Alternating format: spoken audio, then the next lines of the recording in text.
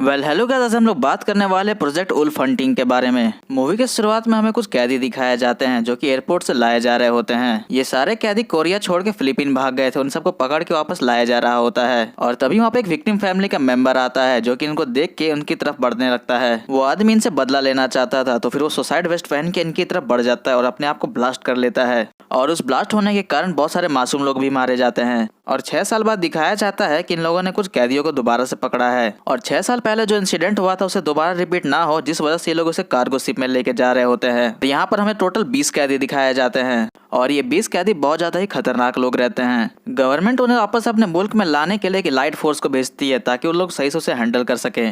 उन सब में से एक क्रिमिनल बहुत ज्यादा खतरनाक था जिसका नाम जोंग डू था, जिस पर इल्जाम था कि उसने 30 औरतों का रेप किया और उसके बाद उसे मार दिया है। और फिर वहाँ पे खड़े हुए चीफ इंस्पेक्टर जिसका नाम सोक ऊ था, उसके ऊपर जाके वो थूक देता है, जिसकी वजह से सोक ऊ को बहुत गुस्सा आता है और उसे वो दम तक मारता है। और फिर उसे वार्निंग देता है कि पुलिस को अंडरएस्टिमेट ना करे। उसके बाद फिर सीन शिफ्ट होता है और हमें सियोल का हेडक्वार्टर दिखाया जाता है, जहाँ पे ढेर सारे कमांडर वहाँ के खड़े लोगों को निकाल रहे होते हैं। और इन सबको एक आदमी लीड कर रहा होता है जिसका नाम डायुंग था। पूरे ट्रांसपोर्टेशन का इंचार्ज यही आदमी रहता है। और फिर उन कैदियों को डिटेंशन सेल में उन सबको डाल दिया जाता है और इस शिप में एक मेल डॉक्टर उनके असिस्टेंट को भी भेजा जाता है ताकि उन सबका ख्याल रख सके।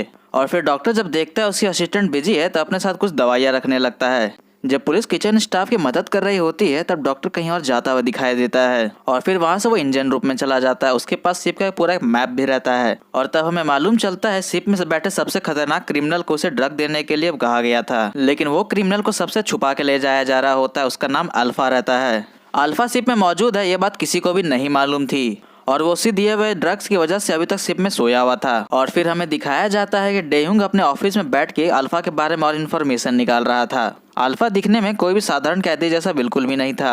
रात को जब सारे कैदी सो के आराम कर रहे होते हैं तब जोंगडू अपने मुंह के अंदर से एक पिन निकालता है और फिर अपनी हथकड़ी खोल लेता है और सामने बैठे हुए प्रिजनर को भी वो पिन दे देता है। और फिर हमें उस शिप में बैठे हुए कुक को दिखाया जाता है जो किसी चीज की तैयारी कर रहे होते हैं। और फिर हमें मालूम चलता है कि वो सब जोंगडू के साथ ही रहते हैं जो उन्हें छुड़ाने के लिए शिप में हथियार लेके आए थे। और तो और उन्होंने असली शेफ को भी मार दिया था। और रात होते ही अपना काम वो लोग शुरू कर देते हैं। जब वो लोग किचन से बाहर निकलते हैं तब उनके सामने 2 गार्ड रहते हैं जिन्हें वो बड़ी बेरहमी से मार देते हैं। फिर वो शिप के कंट्रोल सिस्टम में जाते हैं और वहाँ पे जाते ही सबको मारने लगते हैं और शिप में रहे सारे कम्युनिकेशन सिस्टम को भी वो लोग कट कर देते हैं। दूसरी तरफ जोंगडू किसी बहाने से पुलिस को अंदर बुलाता है, उसे बड़ी बेरहमी से मारने लगता है। और फिर तब तक वहाँ पे उसके साथी भी आ जाते हैं और वहाँ मौजूद सारे पुलिस वालों को ये लोग मारने लगते हैं। डायुंग जो इसका पूरा इंचार्ज था उसे भी शक होने लगता है कि शिप में कुछ गड़बड़ है। सोकू बचे हुए पुलिस वालों के साथ मिलकर कैदियों को ढूंढने लगता है। सोकू बचे हुए बाकी सारे पुलिस वालों को लेके कंट्रोल रूम में चला जाता है जहाँ पर जोंगडू के सारे लोग रहते हैं और इन दोनों के बीच में बड़ी फाइट होने लगती है।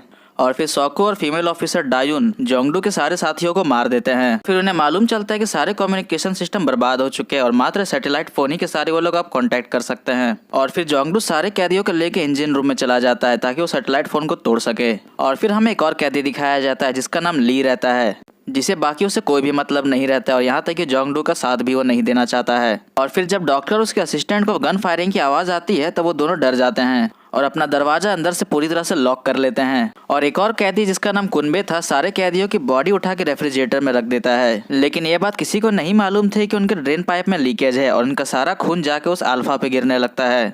अल्फा जो कि ड्रग की वजह से बेहोश था लेकिन अब खून के कारण वो उठ जाता है और जोंगडू जाके तब तक सैटेलाइट फोन को तोड़वा देता है।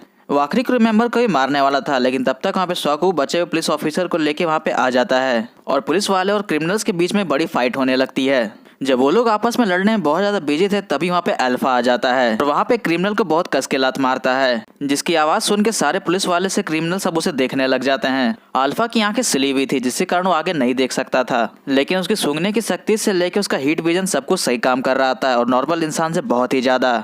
अल्फा का बॉडी स्ट्रेंथ से लेकर उसकी स्पीड नॉर्मल इंसान से बहुत ज्यादा थी, जिसके कारण सब क्रिमिनल्स को मारने लगता है। और फिर उसके रास्ते में जो कोई भी उसे आता हुआ दिखता है, चाहे वो पुलिस वाला हो या कोई भी, उसे सबको मारते हुए आगे बढ़ने लगता है। लेकिन जोंगडू भी उसे देख के डर के मारे वहां से भागने लगता है, लेकिन अल्फा उसे पकड़ लेता है और उसे बहुत बेरहमी से मार देता है। और उसके अटैक से मात्र 4 लोग बच पाते और अपने आप को वो लोग स्टील गेट के अंदर बंद कर लेते हैं, जिसमें सोकू, ली और डायुन बची थी और एक और क्रिमिनल बचा था। डायुन जिसका शिप से कॉन्ट्रैक्ट पूरी तरह से टूट चुका था, उसे समझ नहीं आ रहा था वो क्या करे, तो फिर लास्ट में वो सैटेलाइट इमेज का सहारा लेके उसे देखने लगता है। तभी उसे शिप में बहुत सारे खून लगे हुए दिखते हैं, तब वो समझ जाता है कि शिप में कुछ गड़बड़ है। और फिर तभी डायुन का एक कॉल आता है जिसका नाम सीईओ रहता है और उसे वो कहता है कि शिप में उसे जो कुछ भी हो रहा है उसे क्लियर करे। और हमें दिखाया जाता है सीईओ के छाती में भी वैसा ही नंबर टैग है जैसे कि अल्फा के छाती में था। और हमें मालूम चलता है कि अल्फा और सीईओ के बीच में कोई कनेक्शन है और सीईओ डायुंग पे गुस्सा कर रहा होता है, तो फिर लास्ट में फ्रस्ट्रेटेड होकर एक पोल में मुक्का मार देता है। तब हमें मालूम चलता है डायुंग भी कोई नॉर्मल इंसान नहीं है। और फिर डॉक्टर उसके असिस्टेंट शिप में बहुत सारी आवाजें सुन रहे होते हैं।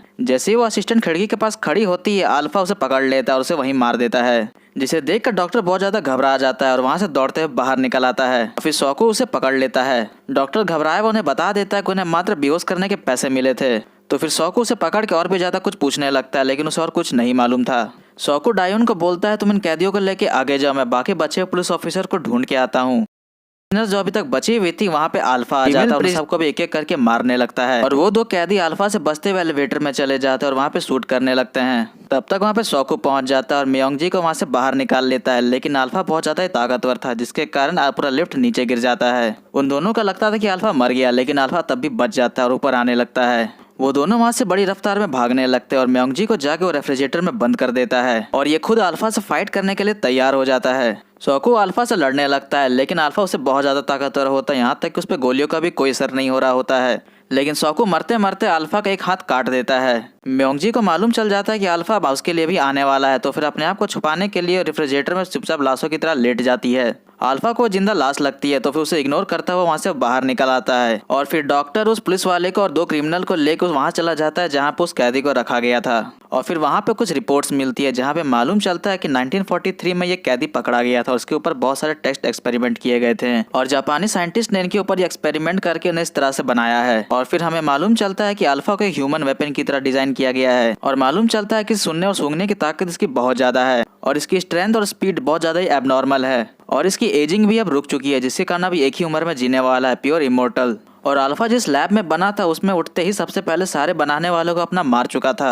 और फिर सीन वापस से प्रेजेंट में दिखाया जा रहा होता है, जिसमें दिखाया जाता है कि डायुंग कुछ लोगों को लेके उस शिप में जा रहा होता है और वो सारे लोग एक इंजेक्शन लेते हैं, जिनके बाद इनके पास भी सुपर ह्यूमन स्ट्रेंथ आ जाती है। और जब वो लोग शिप में उतरते हैं तो वहाँ पे मियोंगजी आ जाती है, जो उन लोगों को देख के बहुत ज्यादा खुश होती है, लेकिन डायुंग को ये चीज पसंद नहीं आता और सीधा उसे वो गोली मार देता है। और फिर वो वहाँ पे बचे हुए सर्वाइवर को मारने लगता है, क्योंकि वो खाली वहाँ पे अल्फा के लिए आया था और आखिरी में खाली ली बचा हुआ था। और फिर डायुंग देखता है कि ली के छाती में भी वैसा ही नंबर है जैसे कि अल्फा पर भी था। तब हमें मालूम चलता है कि ली यहाँ पे जानबूझ के पकड़ा गया था ताकि वो डायुंग से मिल सके और उनका सीक्रेट कंपनी के बारे में भी जान सके। और फिर हमें ली का पास्ट दिखाया जाता है जहाँ पर उसे जबरदस्ती उस पर एक्सपेरिमेंट किए गए थे और जब एक्सपेरिमेंट में लोगों ने उसे मरा हुआ समझा था तब उसे उन्होंने फेंक दिया था, लेकिन ली बचा हुआ था और बचने के बाद उसने अपने लिए शादी कर ली, तो उससे और एक बच्चा भी था।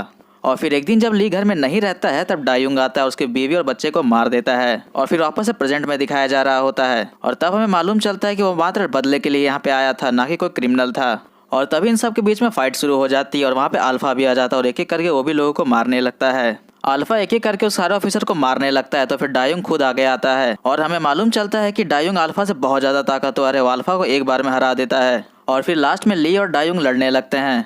डायुंग ली से बहुत ज्यादा ताकतवर था, उसे वो आराम से डोमिनेट कर रहा था। ली डायुंग का बहुत बहादुरी से सामना कर रहा होता है और लास्ट में उसे वो समुद्र में धक्का मार देता है और खुद भी समुद्र में कूद जाता है और गिरते गिरते डायुंग का सर काट देता है। और हमें फिर से सीईओ को दिखाया जाता है जो कि अल्फा से बहुत ज्यादा ताकतवर था और वो सुपर सोल्जर्स का एक ऑर्गेनाइजेशन भी चलाता है। और फिर सीईओ एक लड़के से मिलता है जो कि ली का बेटा रहता है। डायुंग ने कभी भी उसके बेटे को नहीं मारा था, बल्कि उसे अपने साथ रख लिया था।